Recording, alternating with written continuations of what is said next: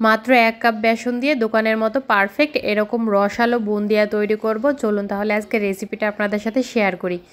প্রথমে আমি এখানে 1 কাপ বেসন নিয়েছি, আর বেসনটাকে কিন্তু অবশ্যই এরকম একটা চালনি দিয়ে জেলে নিতে হবে, যাতে করে বেসনের ভিতরে কোনো দলা পেকে থাকলে সেগুলো সুন্দর মতো গুঁড়ো হয়ে যাবে, আর ময়লাগুলো তো আলাদা হয়ে যাবেই, আর বেসনটা অনেক মসৃণ দেখা যাবে। তো এখানে 1 কাপ বেসনের জন্য আমি এখানে 1 কাপ পানি নিয়েছিলাম, কিন্তু 1 কাপ পানি আমি একবারেই দিব না, অল্প অল্প করে পানি দিব, আর এটাকে সুন্দর মতো গুলিয়ে নেব। একটা চামচের সাহায্যে আমি গুলিয়ে নিচ্ছি। আপনি চাইলে কিন্তু এটা হাত দিয়েও করতে পারবেন, তবে চামচ বা হাত যেটা দিয়েই করি না কেন এটাকে কিন্তু সুন্দরভাবে ফেটে নিতে হবে, আর পানির পরিমাণটা অল্প অল্প করে দিতে হবে। আমার 1 কাপ পানি পুরোটা লাগেনি, একটু থেকে গেছে। তো ভালো করে ফেটানোর পরে আমি এভাবে দুটো বাটি নিয়ে বেসনটাকে 2 ভাগ করে নিয়েছি। এখন একটু ফুড কালার দিয়ে দেবো। এখানে আমি জর্দার রং দিয়েছি একটার ভিতরে, আর একটার ভিতরে রেড ফুড কালার দিয়েছি। দুইটা খুব ভালোভাবে গুলিয়ে নিয়েছি।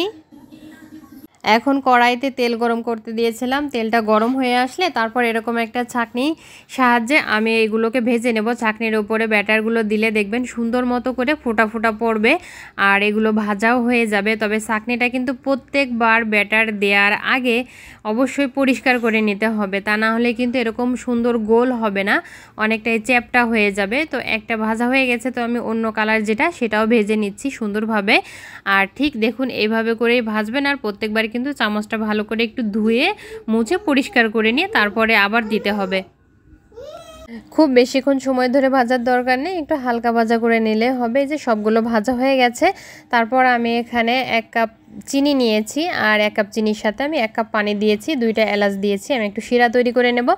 এটাকে এখন ভালো করে মিশিয়ে নিয়ে চুলার জালটা অন করে দিয়েছি। যখন দেখবেন যে একটা থেকে 2টা বলক চলে আসছে, তখনই চুলার জালটা কিন্তু অফ করে দিতে হবে, তা না হলে কিন্তু শিরাটা অনেক বেশি ঘন হয়ে যাবে।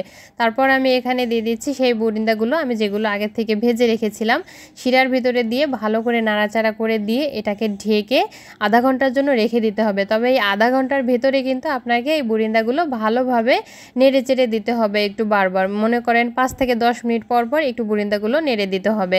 তাহলে হবে কি, উপরে ড্রাই বুরিন্দাগুলো নিচে যাবে, আর নিচের রসালো বুরিন্দাগুলো উপরে আসবে। এতে করে সবগুলো বুরিন্দা খুব ভালোভাবে রস শুষে নিতে পারবে। তো এই যে দেখুন ফাইনালি আমার বুরিন্দাগুলো কতটা রসালো হয়েছে আর ঝরঝরা হয়েছে।